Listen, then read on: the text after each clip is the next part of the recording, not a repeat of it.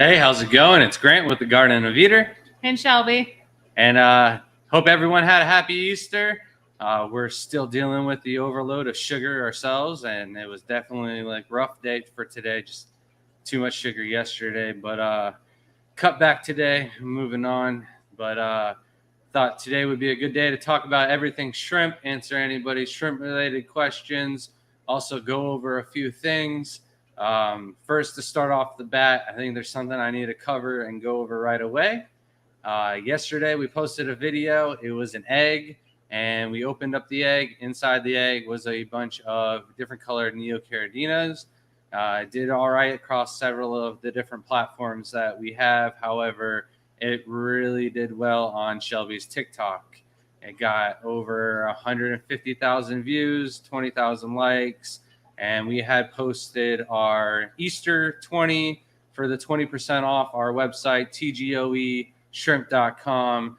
And people were watching the video after the sale had already ended and messaging us and going, oh, the link isn't working. So we decided we're going to run that sale the rest of this week just because the video is doing so well. So we're going to let that sale run. And also, I was planning on running this sale anyways, but all the neocaridina culls, buy 10, get 3 of them free, plus the extras we already throw into everything. So how's it going, Jeff Kane and GK Aquatics? How's it going, Gary? I read some of your messages, but then I got through and busy with orders, helping Shelby get everything out. Kids got home from school, started playing basketball, and didn't get a chance to get back to you. So I will take care of that tomorrow for sure. And then how's it going, Spaghetti Nana or Spaghetti? Man, I don't know how you'd say it. I think it's spaghetti. Thanks. And then how's it going, Jamie Anderson? Always nice to see you here, man. Thank you for joining us. How you doing? What are you doing? So you should have just popped that open and I'm read sorry. it instead of reading it to yourself. But yeah, no I'm problem. sorry. Anything that we can do to try and drive the hobby in the United States, that is what it's all about. Competition drives innovation. So the more people who are in the hobby, more people who are breeding, working together, the more interesting and creative shrimp we'll have in the United States. So how's it going, Hong Nugent? Nice to see you. But we also got a couple things to go over. We've done a couple of the guess what kind of shrimp this is. So I think we should dive into those real quick before going over a couple of other different things.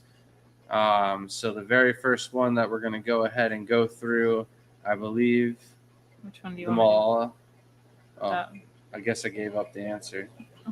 But yeah, no, this was meant to be for the last live. I forgot all about it. So going back to it. And yeah, I posted this. It is one of the Sulu SA shrimp that we got off of. Oh, sorry. I'm beating everybody to the punch. How's it going, Frank? Hey, Frank. But yeah, no, it's just a real easy Sulu SA shrimp to take care of. They're kind of real cool when the sunlight hits them. But other than that, they're kind of dull in color. I kind of caught them at the perfect time of the day. And they were kind of glowing. So I took their picture. And I did get some right answers on this one, quite a few. Because it was last week. I don't remember everyone that got the right answer. But it wasn't that hard of as some of the other ones that I have on board for you guys today. So this one, very easy one. Moving on to the next one. It took me forever to get that one. And then this is the one that we just posted today. I did not get any right answers for this one. So yeah, I'm going to go ahead and give it out now. It is a green apple shrimp. A lot of the green apples, however, are not green all of the time. Most of the time, they're orange in color. However, these came from Andrew Wayne, a breeder over in California. And I did not make these from my own cross like all my other green apples.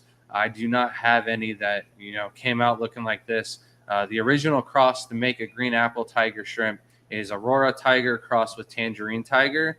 And, definitely depending on how many serrata genes are into the single shrimp, you could get some different things. And I know with Andrew Wayne, his Aurora Blues produce some reds. So maybe that's what we're seeing in the shrimp is like the red and the blue coming out over the orange, and the blue doesn't really show that much. It kind of shows in the shrimp behind the shrimp, but not very much in this one. It's just a lot of like red and orange pigment to give this color. So we also had our good friend Kyle over at Poseidon's Pets. He recently posted a picture of a green apple tiger shrimp that had red stripes instead of like the tangerine tiger where it has orange with black stripes. So that is where the red serrata genes, the red tufle shrimp, or I can't pronounce that to save the life of me. Tufle, truffle. It's almost like truffle. Yeah, that's what I want to say, but it's not. It's like toupee and truffle mixed together. Yeah, I don't want to give out too much, but you can see where the genes are going to come from here in a second, basically.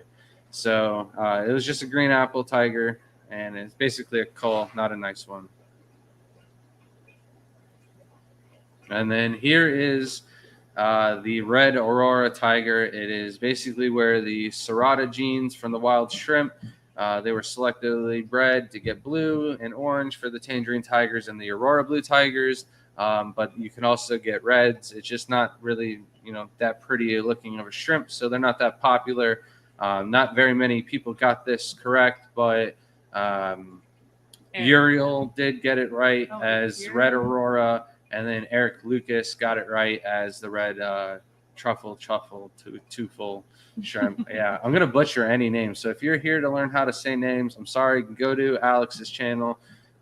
He'll teach you the proper way to say things, but I'll butcher it. So, and then that was it for the guessing games. We didn't really have a lot of time with it being Easter and just other things going on. Shelby's mad busy at work, so we really didn't have enough time to like do a normal video this week. We did our live stream with Chance and Brian, and doing these live streams every Monday. This is kind of like the time when we would be editing and working on other videos. So go to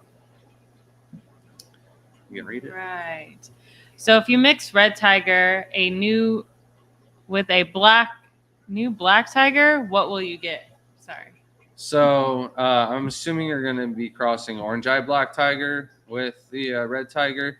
Not a lot of the black tigers that are out there are actually like true tigers. Most of them are like crosses, and then you get like just these tiger shrimp that are all black or black stripes with no other color, and then they don't have the orange eyes, so they call them black tigers. But I'm assuming you're going to use the orange eye black tiger with red tiger, and the orange eye black tiger is just like a super high grade orange eye blue tiger. So the red tiger, it could have blue body gene, it could not have it, but chances are you're going to get a lot of red striped babies with blue bodies out of the mix. And then crossing that into F2, you could get the orange eyes back again. But if you're talking non-orange eyes, you're just going to get some mutts, bunch of different like Tybee looking shrimp for sure.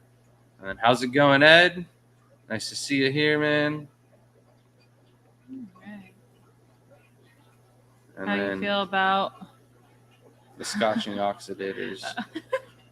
But no, so contacts in, sorry. the extra oxygen is great, but putting one of those in all 300 of our tanks would be quite expensive. I don't like to touch our tanks as we'd like to do as minimum work as possible, and that's just like way more work than I feel is needed. And all of our shrimp are breeding pretty well without them. I know Mark uses them, but Mark's got like 26 tanks.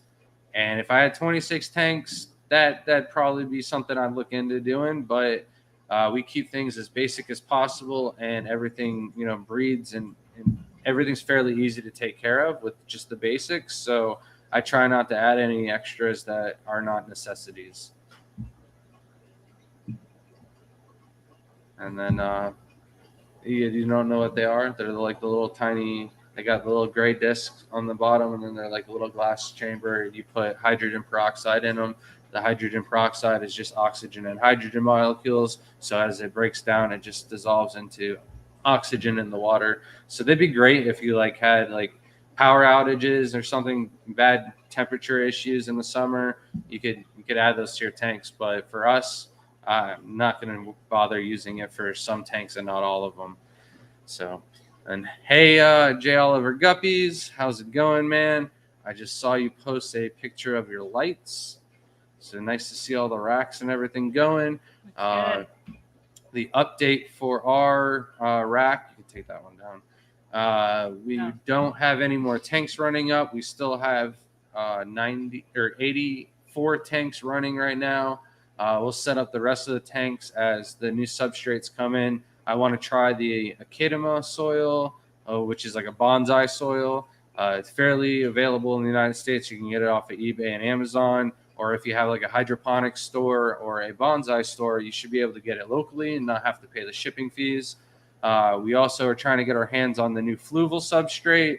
That one we had set up 8 to 10 tanks of the old fluval substrate to give that a good chance. So we'll figure out how well that works out. Maybe it's bad bags, maybe it's user error. So we're going to give that a fair chance and see how long it'll last for. So we still have a bag of UNS soil we need to put up, a bag of platinum soil, and another Elos soil as well. So those will be coming up soon. It's a bad name for shrimp soil. Yeah, it's just too close to the disease. Yeah. And then we've got, also I want to get my hands on some more ADA. It's been a long time since I tried any of the ADA soil. And there was one other soil I wanted to get my hands on. I can't remember right now. But, Tropica. The only problem with Tropica soil is on Amazon, shipping price is like $40 per bag. And then when you try to buy like extra bags, it just stacks. So it's like way too expensive. All right. Then how's it going, Richard? Nice to see you, man. And then we got another question here. Red fancy tiger shrimp and black fancy tiger. So you can mix them both and you'll just get a mixture of more red and black. You won't get browns or anything like that. If you go into almost all of our red or black fancy tiger tanks, you're going to see a couple of both.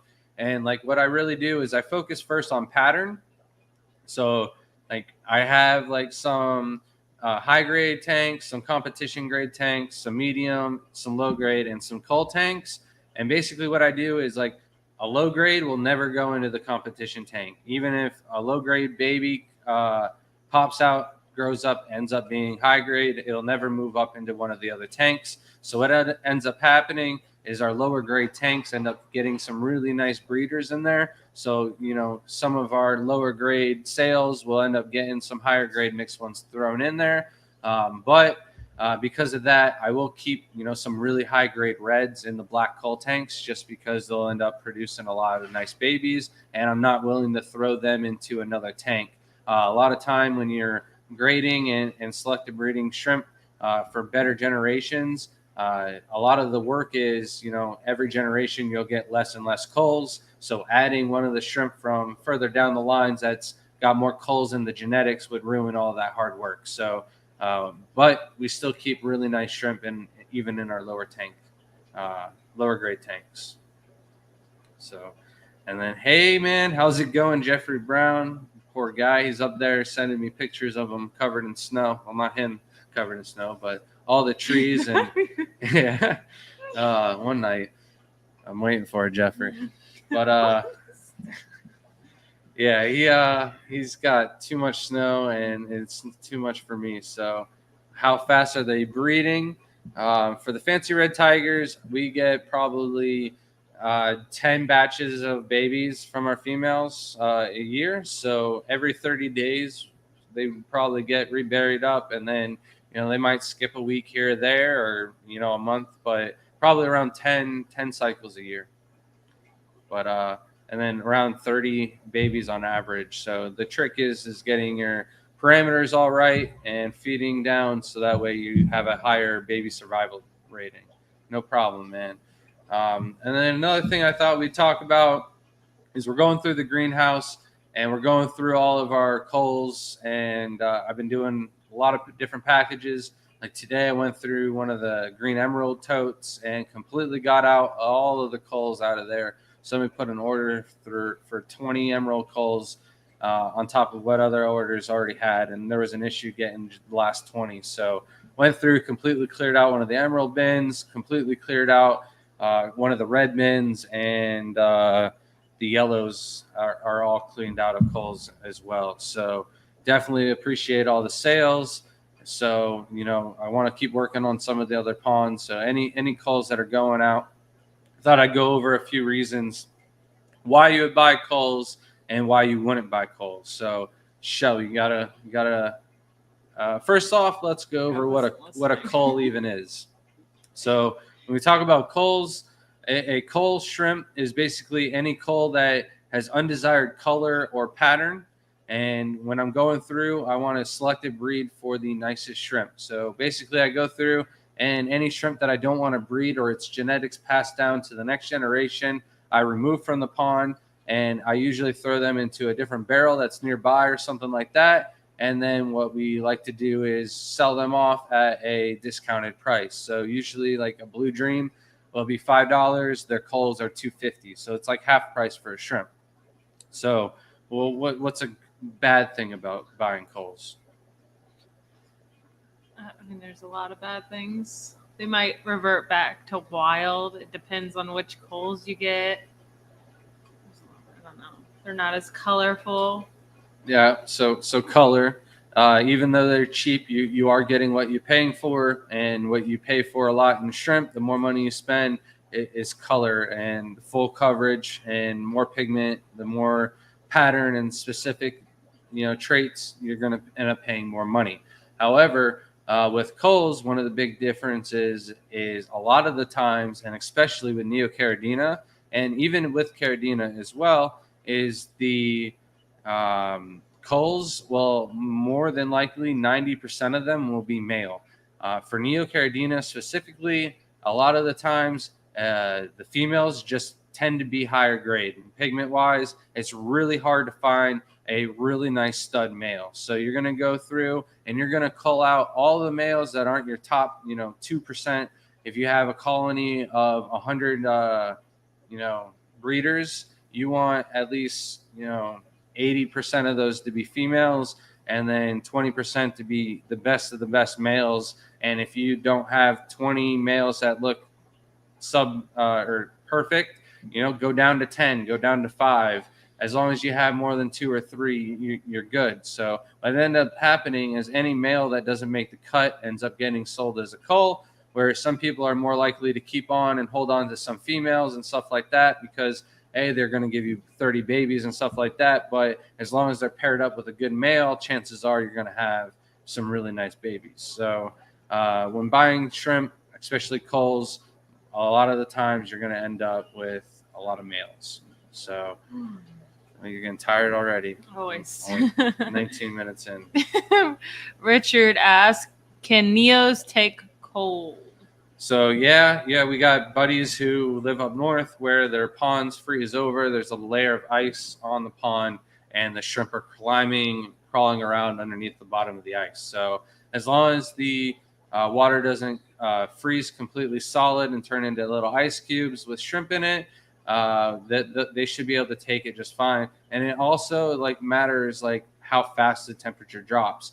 If you're in Florida, and you're northern Florida, maybe for this to happen, and Panhandle, and it's 80 degrees one day, and then overnight you get a cold front and it's 30 degrees the next day, and then that night it drops down into 25 degrees, then it might drop temperature too fast for the shrimp and shock and kill them.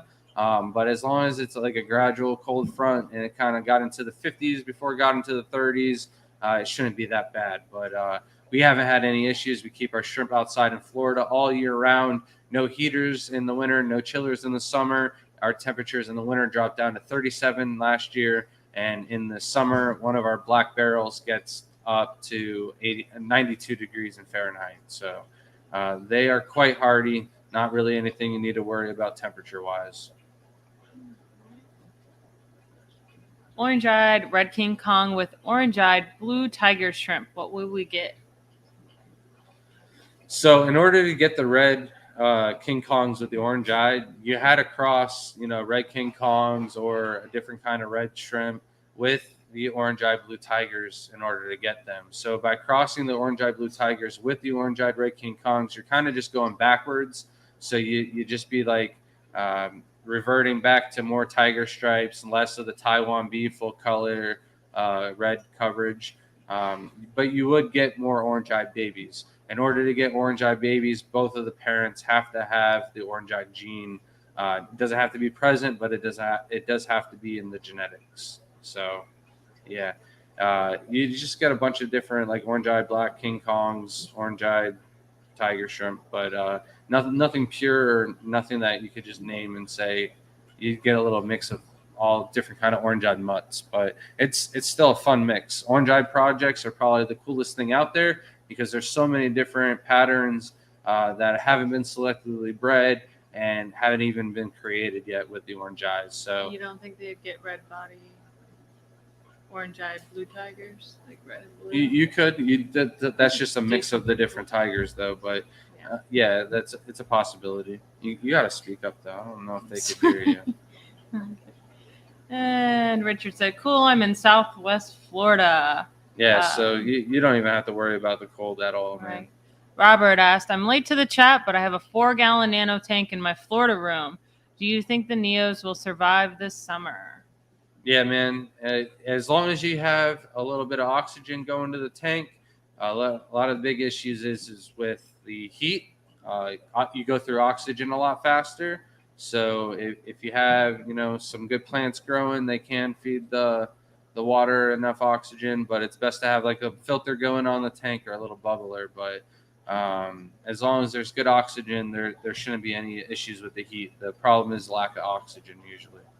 So I think Jeffrey Brown's got a good question. Did you ever see that picture of the blue dream coal with a white spot? Man, I don't remember what I was in the middle of doing when you send that. So message me when I'm done with the live and I can take a look at that. I was just too busy, and when you first sent it to me, it didn't load up right away. So I will get to that as soon as we're done with the chat. I promise you, man. Green jade babies that turn out blue. Could they be classified as blue dream, or would they just be a green jade coal? All right, so first of all, they would not be a blue dream at all. They would be a green emerald or green jade coal. Sorry, not green emerald.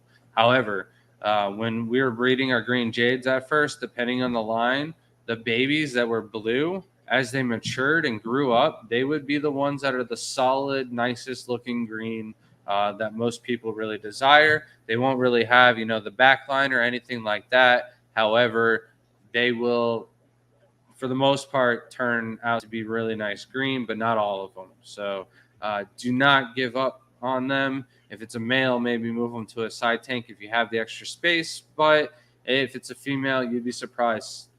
I've had the nicest looking blues turn out to be the nicest looking greens. Aren't they? Usually when we have blue babies, they turn really dark green. That's a good sign that they're going to be. If you had a more clear yellow, I would say they were not going to be stunners. That's right, for sure, unless they have a back line on them. But it's hard to see at a baby, maybe juvenile. You can kind of see. The greens are the biggest like moody shrimp that are possibly out there. Their pigments change so much. One week they'll look, really ugly, and the next week they look solid, dark, really nice looking green. They look really good if you throw them outside. They look really good if you throw them on black substrate, and then they look really crappy if you throw them on white. But the thing is, like the blue, if you bought green emeralds, when you send people green emeralds, almost every time they go, "Hey, you send me blue dreams," I'm like, give them some time, let them color up. They're stressed. As that they start to acclimate to your water and adapt, the color comes back and they turn out to be a nice green color again. So greens are definitely one of the coolest shrimp. How many shrimp can you put in a 20-gallon tank? So in our 10-gallon tanks, we have a couple hundred shrimp. And some of our 20-gallon tanks, not anymore because like sales have been really good. But like one of our steel tanks, we easily had like 2,000 red steels at one point. But sky's the limit, man. The shrimp are really going to take over and control the population. As there's not enough food, they'll pick off the ones that are molting. They're basically going to be the weakest ones in the tank, and they'll eat them alive if the tank is overcrowded. But if you're looking to buy shrimp, we recommend 1 to 2 shrimp per gallon, at least to start out with. So for a 20-gallon tank, you're going to want to buy 20 to 40 shrimp. But you can throw 400 shrimp in there, adults, no problem, and there shouldn't be any cannibalism issues as long as the tank has been set up for over like 30 days and a nice layer of biofilm has been established. You should be pretty well off with as many shrimp as you want, basically. Jeffrey said it died this morning after I separated it yesterday. So I do remember looking at it for a quick second. It did look like it had the muscular necrosis, the bacterial infection. So it was a good thing you separated it out. But yeah, you might have a bacterial issue. I'm not sure how you take care of your tools in between doing different water changes and stuff like that, but cross contamination is definitely an issue with shrimp.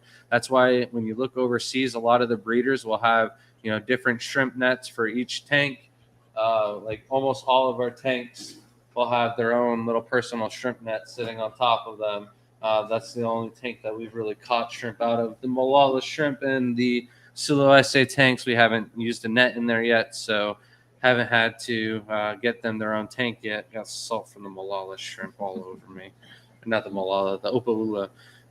But yeah, you definitely want to make sure you hit them with some rubbing alcohol or some Coral MD, some net sterilizer, something like that in between tanks. Especially if you have an issue, you want to make sure you're on top of that. So. And if you're not pulling plants out too, that also could cause it. Trying to talk about it's not helping. Asking, what is a good shrimp online seller? So we got to recommend ourselves, of course. tgoeshrimp.com. We got a sale going on right now, Easter 20, to get 20% off your entire order. And then, all 10, for every 10 culls, neo culls you buy, we give in an extra 30. So not 30. Oh, Jesus. An extra 3. So, yeah. And then besides us, we got our shirt from Shrimp Envy. They are a great shrimp seller as well. It really depends on what kind of shrimp you're looking for. For Neocaridina, we are definitely the biggest breeder of homebred Neocaridina in the States. I know I don't have all the varieties though, so like you're looking for like Bloody Mary or something like that. Eric Lucas at bipetshrimp.com is another good source as well. And then like Flip Aquatics, they do a pretty good job at quarantining their shrimp. So definitely a lot of options out there in the United States. Talking about shrimp and sellers and stuff like that, coming into the hobby, there was definitely a huge opportunity to make money and kind of like take the whole hobby thing and making profit to a whole new level. I started off selling shrimp on the Shrimp Spot forum, and anybody that wants to, dive into some shrimp genetics and different forms and topics, the Shrimp Spot is still like the go-to source for any information shrimp related. I know you can search it in most of the Facebook groups and find, the same amount of information and stuff like that. But there's a lot more trolls on Facebook and a lot more wrong information out there. I know like a lot of the information on the Shrimp Spot, there's like several different breeders who are saying different things, but you can kind of tell like who are the legit ones, and the information's been, said multiple times and whatnot. But yeah, it's definitely still a good source to be out there and used, but that's where we started. Then we moved on to Facebook. There's a lot of people buying and selling on there, so we started doing both, and things really took off. It was like if you had a list of shrimp, you made a post, and it was almost all sold like right away. It was crazy how many people were on Facebook back in the day, until we had a rule change on Facebook, and they made it against the rules to sell any live animals. And I really thought like we were going to be hit hard. 90% of our sales at that point were through Facebook. A lot of the shrimp spot has died. It's not really like as popular as it was when we first started. And I didn't know how we were going to really like make ends meet by selling shrimp. Shelby still has, great job, had a great job back then. So we really weren't worried about, paying the bills and stuff like that. But, our kids' future, putting money forth. Did I invest all this money into, something that is just a hobby? Because that was right when I took things seriously. We sold our landscape business to do this full time. So we thought it was going to be really bad. But 2 months into it, everybody was like, well, we can't sell shrimp anymore, but we can still ask where to buy shrimp. And word of mouth kind of like really played out to be in our favor. I had been a judge for one of the international contests, and I had already had like the largest variety of dwarf freshwater shrimp in the United States. We had like so many tanks for being a home breeder. I know there was other companies and stuff like that that had more than us, but for inside our home, we were definitely the largest. And it was like 3 people were being recommended. It was us, Flip Aquatics, and Eric from Biped Shrimp. So sales kind of went from not really getting that many, just working a little bit on the shrimp spot. Band was doing all right, but then 2 months into it, things really blew up, and we started making like 60 plus orders a week. So, but now that, Facebook still has that rule change, a lot of people did get out of the hobby because it wasn't really easy to just get shrimp and then start selling them and making a profit off of them. However, with Band out there and other things, especially with the swap meets and the clubs and stuff like that, I think breeding shrimp is coming back. I'm sorry, I'm talking too much. You're bored. Got a couple questions. I can't make this one out, but I'm assuming that you're asking if Brightwell substrate is good for the tiger shrimp. So yeah, I find that the tiger shrimp breed a lot better with Caridina parameters.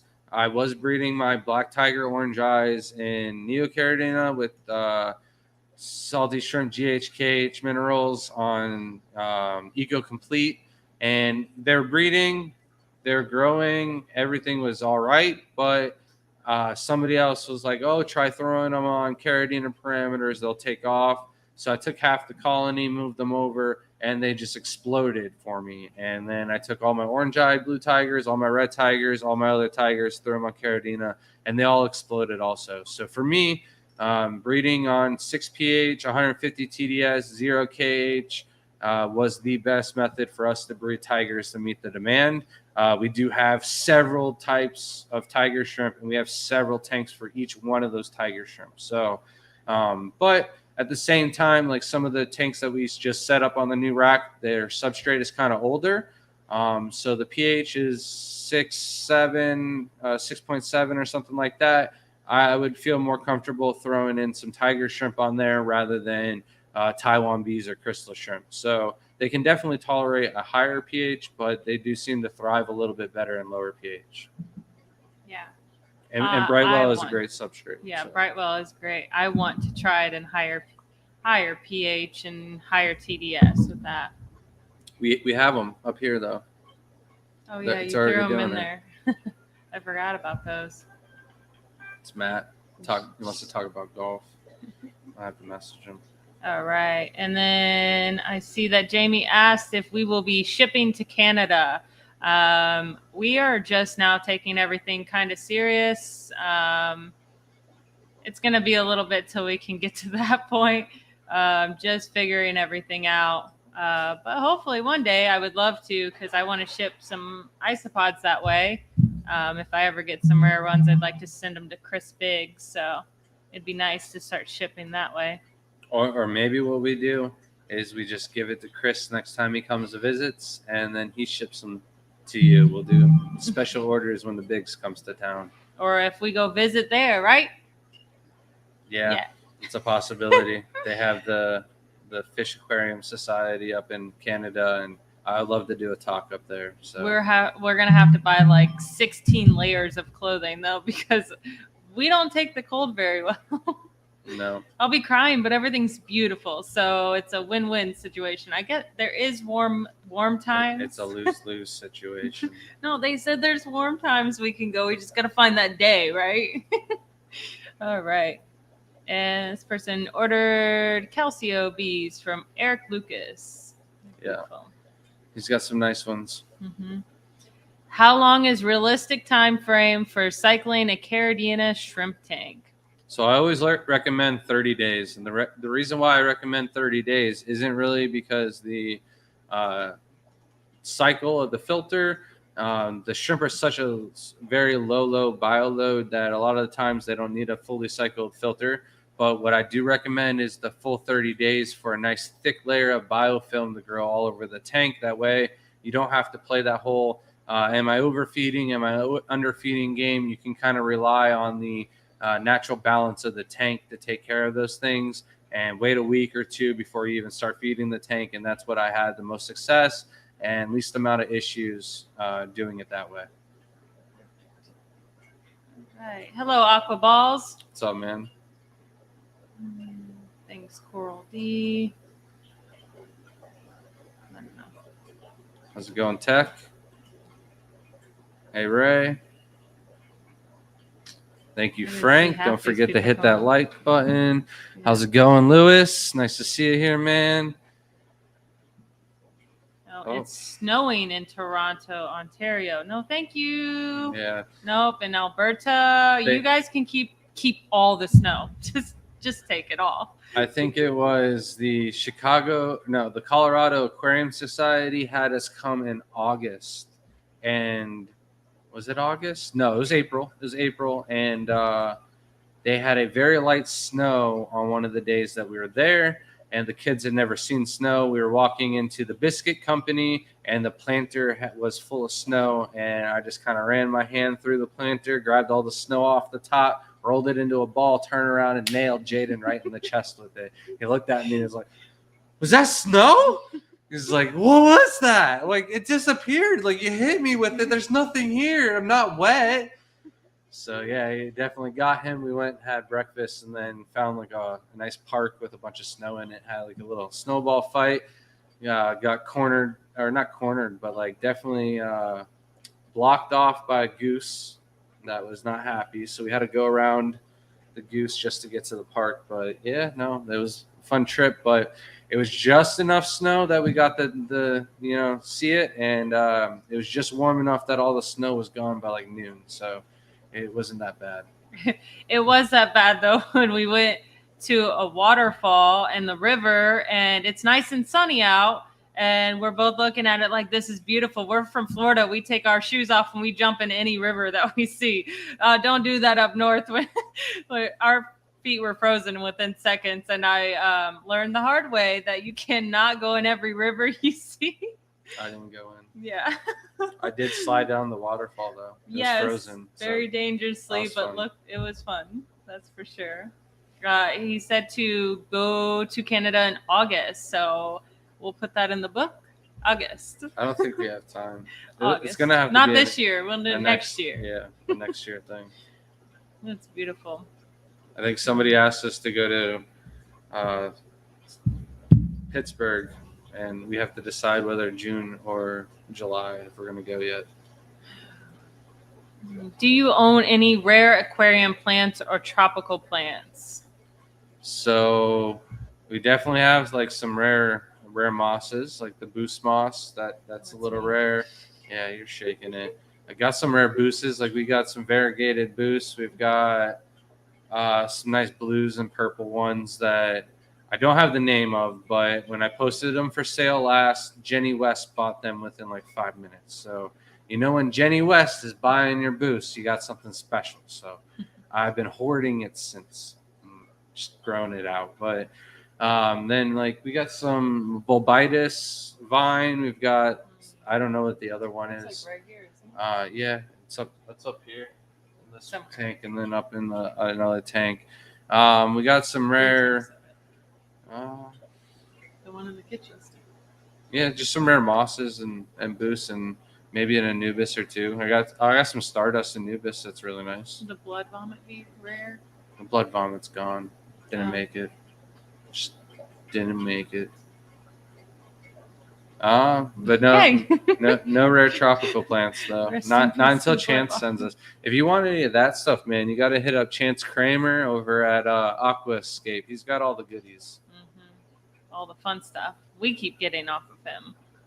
All right. Jamie asks, what parameters do you keep your neos and caridina at, or does it vary?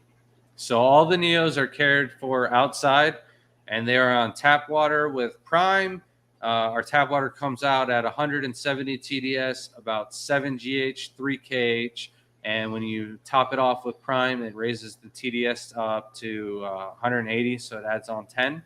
And then, like I said, temperatures are basically whatever it is temperature-wise outside within like 10 degrees or 20, I think, on the further end of the spectrum. But through the middle of the day, for the most part, it's fairly stable. And then for caridina inside, everything is on RO water. And currently, the whole house is 150 TDS, and it's about 5 to 6 GH, 0 KH. pH varies depending on the tank. Some of our tanks are 7 years old. Some of them we just set up last week. So the pH basically depends all on how old the tank is.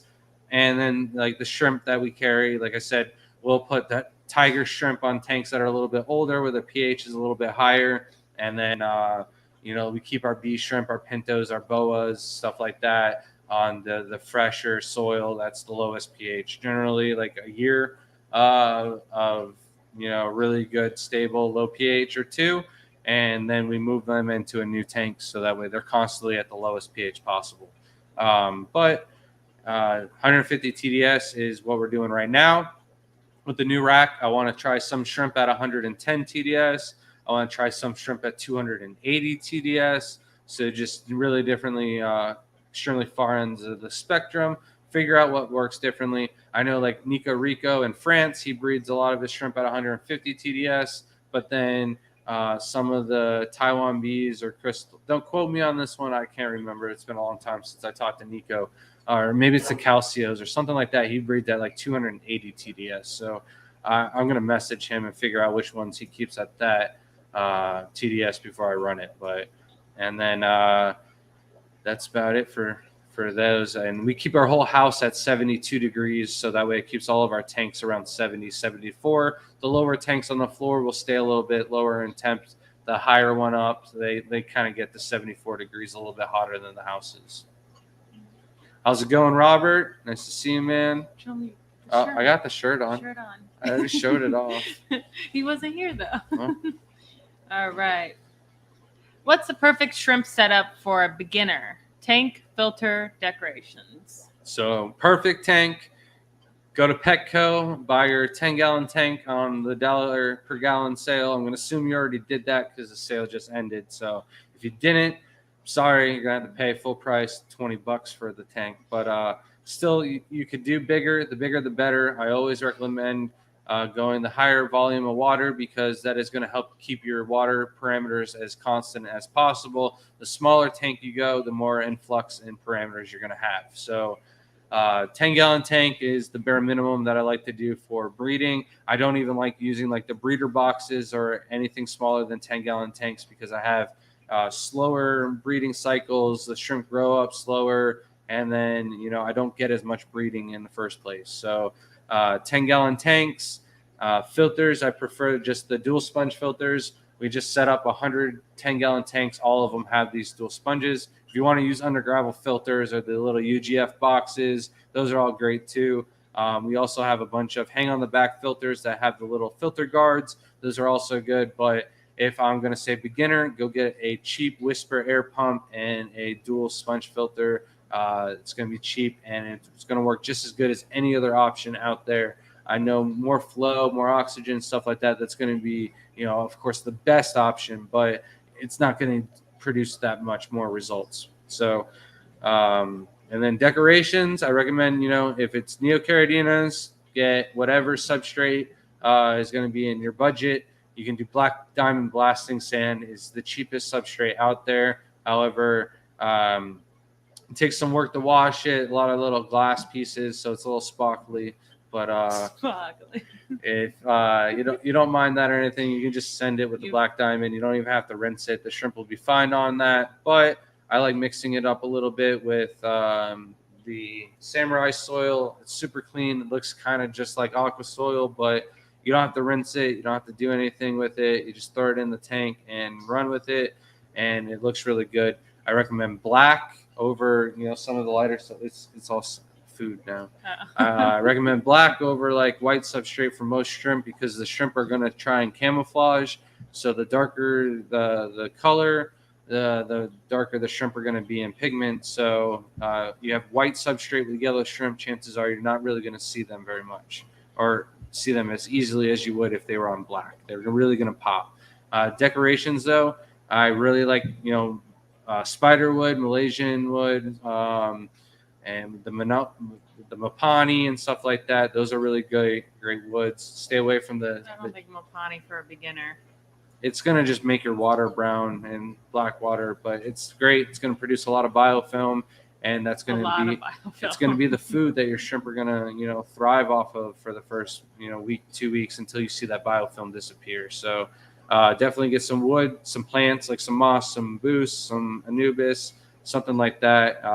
I don't really recommend the fake decorations too much, but any surface area that you add to the tank is going to be beneficial because that is going to be somewhere for biofilm to grow on. So if you have anything like that, throw it in the tank until the plants outgrow it or something like that. So, and the only other thing you need is a light.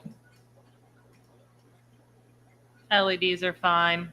Try to get the full spectrum ones, though, not the cheap like blue or just cheap white ones. Try to get the ones with the red, the green, the blue, and the white in it. So it helps those plants grow. So every time we say we don't use highlight for our plants, it's because we have a full spectrum LED, which you can still get them really cheap on Amazon, but they still grow your plants really well, especially moss. Yeah, and we ran our Neo tanks without lights for like 6 to 8 months, and they lost like almost all of their color. So the suntan is a real thing with the shrimp and a lot of the fish. You put them out in the sun, they'll really gain in colors, and because of that, just like me, you go outside, I turn bright red for a day or two, and then I darken up a lot. I'm not so glowing like I am in the light right now, but yeah, it's just pigment. The more you're out in the sun, the more pigment you're going to have, the nicer the shrimp's going to look. So nicer the light, the more you keep the lights on the tank, the better they're going to look. I believe they breed better with the light on. I think it stresses them out a lot when you don't have the light on their tank. So let's see. This person asks, water change. Do you have to put prime every time you change the water? Not with RO water. So his very next comment is with RO water. Oh. So not with RO water, just with the tap water. And the only reason why we dose the prime with the tap water is to remove the chlorine in the water. It's not needed to remove anything else, no hard minerals or anything like that, no hard metals. All right. Iggy asks, in your experience, what do you think has had the biggest impact on helping you breed large, thriving colonies of shrimp? So for the Neos, throwing them outside, I don't know why it took us so long to put the Neos outside. When I sold our landscape business, I had bought in a basically hydroponic system off of a friend. It had a 500-gallon tub. It had a couple of IVC totes. It had a bunch of barrels, and I basically bought them and threw them in my backyard in the greenhouse and didn't set them up for a couple years, mainly because I was outside doing landscaping, working 6 days a week. My 7th day of the week, I was usually like doing maintenance on the lawnmowers or something like that. So I didn't want to be outside as much as I was. And I basically took like a 2 to 3 year break before I went back outside and did any manual labor again. So basically when we threw the Neos outside, they exploded. They were growing faster, breeding faster. The colors were popping, and it made actually breeding Neocaridina worth it for us. With the Caridina, increasing the water changes. We were doing 10% every week or 20% every other week, and that was working. We were getting breeding, good season, like 6 to 8 months out of the year. However, when we stepped it up to 40 to 50% water changes every other week, not only am I getting more clutches of eggs every year, the shrimp are growing faster, and then on top of that, the moss is growing out of control. Like easily, we can make a good income off of just selling moss. And before having all the tanks and everything the way we had it, I was growing more hair algae with 10 and 20% water changes than I was growing moss. So doing the larger water changes has helped exponentially with the moss, and it's carried over to the shrimp as well. Yeah, I would say also regularly feeding if you have a bigger colony. Don't underfeed, but don't overfeed. So it can get real tricky there. Okay. What tests do you use to test GH and KH? Currently, we are using a 7-year-old API test kit. It might be older than that, honestly. The lights were at least 6 years, it's like 8 years old. So the master test kit doesn't come with GH or KH, so you got to buy those separately. We are going to do like a heavy duty testing video on the new tanks. Not the new tanks, the old tanks that we put on the new rack. So we have like 20, almost 30 tanks that have old used substrate. We're going to go through and test the pH. It won't be really like a GH and KH test kit, but I would definitely like to go through the fluval testing kit, the Sierra testing kit, API, and try and figure out how easy it is to use them. A lot of the colors are really hard to read. Me and Shelby have a lot of arguments like on the ammonia one.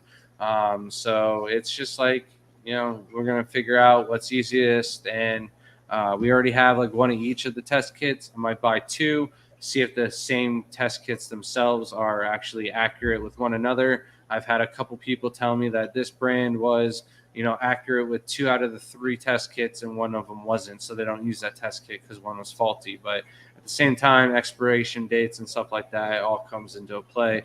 How were they kept? Were they kept outside in somebody's storage locker and then brought onto the shelf when they ran out for after months, or have they been kept in a temperature climate store and stuff like that? A lot of that issues can be a problem with the substrate.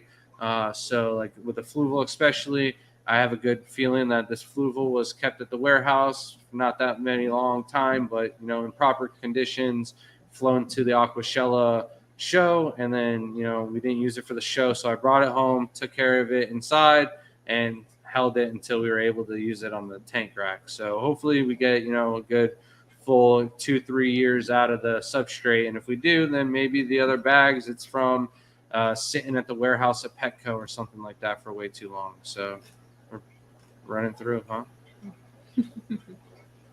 All right. Red cherries. What TDS do you run your tanks at? 180. However, when we first got our RO unit, I didn't realize that people were adding minerals back into the water, and I was breeding. And when I figured out, you should get a TDS pen and raise your parameters and stuff like that, I was breeding Neos in 70 TDS. And I swear they were breeding better for me inside at 70 TDS than they ever were at any other parameters. But I was like overfeeding and trying to like outbreed snails and stuff like that too. So a lot of other stuff was going on. And I think I might have even been fertilizing. So a lot of different things were taking into effect. But on the other end of the spectrum, when we go to the Florida State Fair every year, we drop off our tanks and we fill them up with the tap water from the Florida State Fair, and it comes out at 700 TDS. And usually they're there for like 2-3 weeks. We bring juveniles. A lot of times the shrimp will have saddles, and they'll come home buried females. Like Jaden's tank had a pregnant shrimp let go of babies in the back of the filter. There's babies all over his tank right now. So there's definitely no issues. A lot of it has to do with consistency. If you're going to be doing, I'm going to make RO water this week, but next week I'm going to do a water change with my tap water, and then I'm going to be, not lazy the next 3 weeks and do RO water, but then I'm going to do a tap water. That's inconsistent, and that's where people are going to have issues with their breeding. If you're going to stay on top of things, do things the right way, not the right way, but the same way every single time, it'll be your right way. That's the consistent way. Yeah, you don't want to have like a tank where you're breeding those shrimp in harder water, higher TDS, and then change them to low pH, low TDS. Like they're just not going to adjust very well. A lot of people tend to not realize that. All right. And then Lewis said, growing up from doing lawn care to full-time fish tank breeding must have been a huge career change. How did your family / friends accustom to the changes? Was there any risk? So like the risk factor was big because like we were making really good money doing the landscape business. I hated it. I mean, I ran my own business. You'd think, oh, I can just tell this person to go do this and do that, but like you need somebody's bushes to look like Disneyland, and you're in that community with all the old people, and they want everything to look as good as the neighbors, and the pressure's on. You got to make it look perfect. That's when I got to do a full day's worth of work with the hedge trimmers. I come home and Shelby's like, "Hey, how was your day?" I'm like, "Huh? What'd you say?" Things that just ears are ring. I'm sorry, but my ears would be ringing because I'd be doing trimming or on the lawnmower and my back issues and stuff like that, and bouncing up and down. Your back just gets jarred. I'd probably be like an extra 2 inches taller if I hadn't been doing landscaping since I was like 13. So, but when we sold the whole business, I didn't have like full, confidence from my family. Not really a lot of support. Shelby was like the only one. My dad, he's a sailor. He goes to the yacht club Friday night sailing, and he's on the boat. And this is like a year into me probably doing shrimp breeding full time. And I get a call from my dad, and my dad goes, "Hey man, I'm on the boat with one of my buddies," and his buddy goes to him and he's like, "Hey man, is your son Grant Eater?" And my dad looks at the guy and he's like, "Oh fuck, oh, sorry." Like probably like, "Oh man, my son got in the news somehow. Like what did he do?" And he goes, "Man, he's got some really nice shrimp. Some of these things are like really expensive." And it hit my dad because it's one of his yacht club buddies, and if they know who I am, maybe I actually doing something right. So my dad calls me up and like, "Oh man, my buddy thinks you're onto something. You keep it up, keep doing what you're doing, da da da da." So like I kind of had his support from there going on out, but like before that, no, they all thought that I should go back to school and get back into being like a lawyer, arguing with people or doing something. But I'm not one to read books and do all that stuff. So this was it for me. It was either doing this or breeding chameleons or doing something along these lines. Are blue velvet shrimp almost black? No, blue velvet shrimp should be sky blue. There should be no dark pigments. If you look at like this shrimp right here, the sky blue. Oh, this is so hard to do.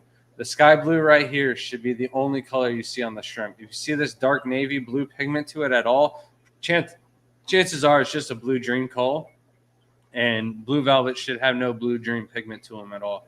Almost like a blue jelly or a blue pearl. Those are going to be the exact same shrimp, just renamed. If there's any black to them, chances are it's like a blue diamond cull or something like that. Robert said he's wearing the same shirt. Nice, man. Jeff, what would happen if you added prime to your remineralized waters? Asking for a friend. So you just raise your TDS by 10 afterwards, and it's like not a bad thing. It's got the nitrifying bacteria into it, so if there was any ammonia or anything in the water, it would help neutralize that. But there's some people that recommend it. I think Mark Shrimp Tanks even says like add it. The chloramines or whatever will get through your RO water, but with us, we usually make RO water the night beforehand, mix everything, and use it the next day. So like right now we're going to do our Sulu SA shrimp tanks tomorrow. I've got all the salts for all the Sulu SA water being mixed already tonight. That way tomorrow it's pretty much mixed up. It's still going to make all the tanks super, super cloudy, but it's better than doing it right away and then adding it to your water. I'm assuming he's asking if you use RO water for Caridina. Yeah. Our tap water has too much KH. And the reason why you use RO water and aqua soil for Caridina is that is the best combination to get the low pH. You need the low pH for the baby survival rate of the Caridina. Without the low pH, they're going to have issues molting. If they can't molt, they can't grow up. So the aqua soil is going to bring down the pH of the water as low as possible. However, if you have any KH in your water, I'm sorry, shrimp's bothering me. This is going to fight your pH, and it's going to cause it to be neutral. So if your carbonate hardness is your KH, if you have any carbonate in your water, it's going to raise your pH up. So 2 to 3 KH is enough to raise, even a thick layer of aqua soil back up to neutral water. So you have to use RO water unless your tap water comes out with 0 KH. Next question. Ram snails, how to make them stop making more? So we're at Thanksgiving yesterday, and my aunt and uncle are going on and on about their snail explosion in their frog tank. So you got snails in the tank. They're probably not going to go away no matter what you do. If you want to kill the snails, chances are you're going to end up killing the shrimp trying to do it at the same time. Anything that's going to kill the snail eggs is also going to wipe out your filter and cause everything to go into a new cycle, as well as it's going to kill any biofilm. It's just going to crash your tank. So you can add some assassin snails. That's what they did. They ended up buying some. I told them like they breed really slow, and then they're like, "Oh yeah," and the pet store said we could even sell them back to them for $2 a piece. And I was like, "Yeah, that they sell really easily also." But you're just solving one issue with another issue if you don't like snails. So there's that. The other thing is they've been doing is feeding cucumber or zucchini. Put it on like a fork, drop it to the bottom of the tank, wait 15 minutes, all the snails will come out on it and remove it. But if you have a snail problem, chances are you're overfeeding. So like they probably just dumping food into their frog tanks, and what's happening is all the little bits and pieces that the frog doesn't eat. I don't know exactly how the frogs eat, but like when I was a kid, I remember like they suck in like a bunch of pellet food, they take a bite, and then like some of the food comes out, and then like they don't go after the little itsy bitsy parts, and that's what the snails are left over eating. So they're just thriving over that leftover food. If you have too many snails, chances are you're overfeeding. Reduce the amount of food you're feeding, and actually what will end up happening is in your shrimp tanks, your shrimp will actually find the snails that are like starving and about to die, and they'll eat the snails. So they don't really foul up the water unless they're like a huge snail that the shrimp can't consume. Or just get another tank and buy some pea puffers, and you have an endless amount of food for them. When you have hundreds of shrimp in your tins, do you feed them more? How do you know if it's enough or not overfeeding them? So it's really just like it's a lot easier if you don't have as many tanks as we do.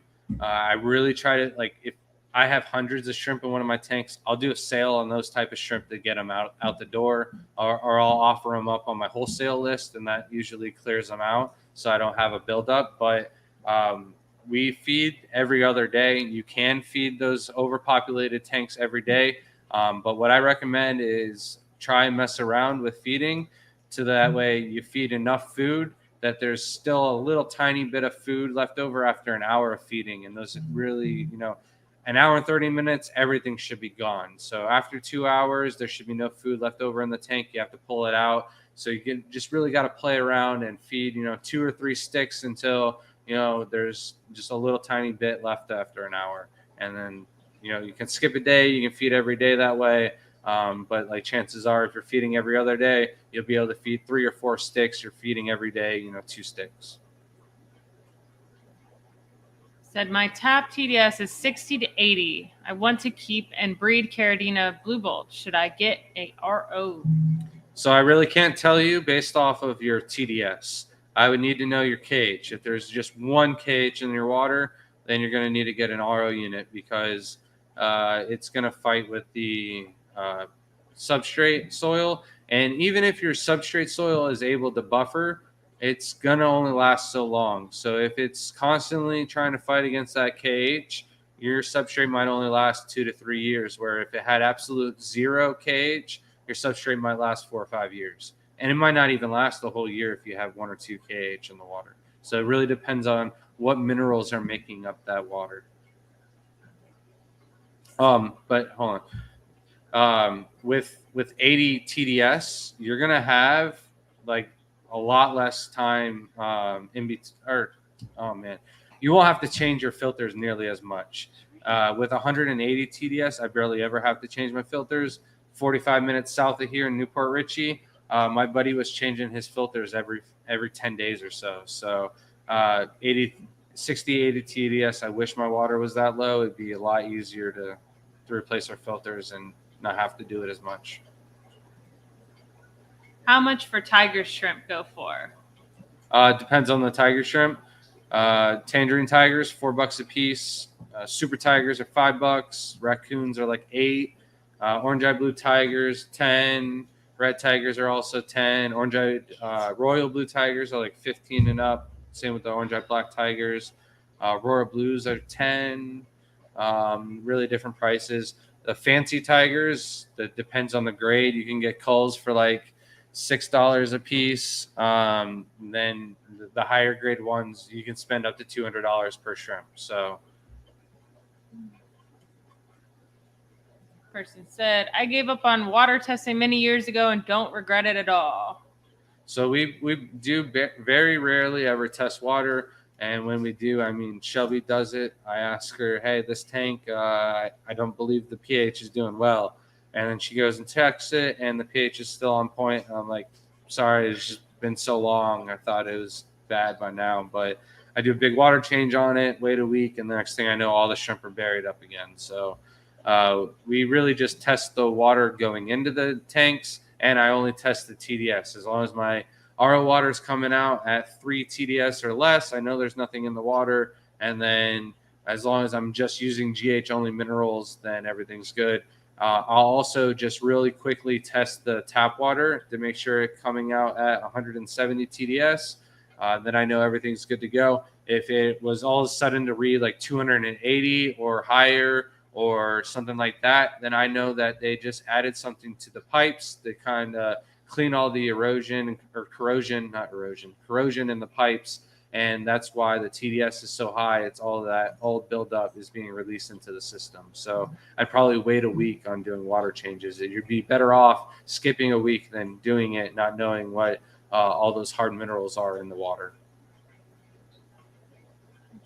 I think chlorine. I think chlorine would damage the RO membranes. It does, but like at the same time, that's what the membranes are made for, is to remove the chlorine, the hard metals, and stuff like that. So we actually have 170 TDS, and our membrane is way over a year old now. I just changed the pre-filter, the post-carbon, the pre-carbon, and then the membrane usually lasts for a very long time. How often should red cherries molt? About every well, it really depends on how old the red cherry is. If it's a newborn, it's going to molt every week or every day, like the first couple of days or something like that.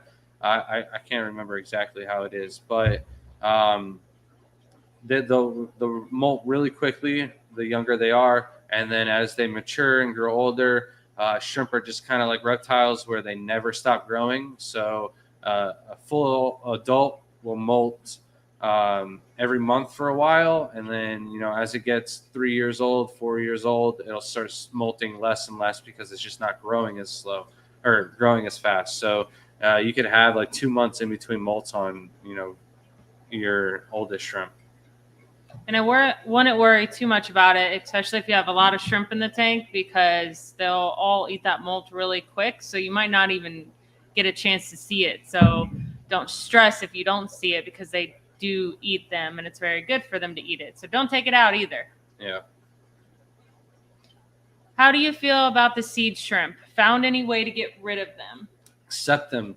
A good, healthy tank will have a good, healthy supply of seed shrimp. And I say supply, but like a nice colony.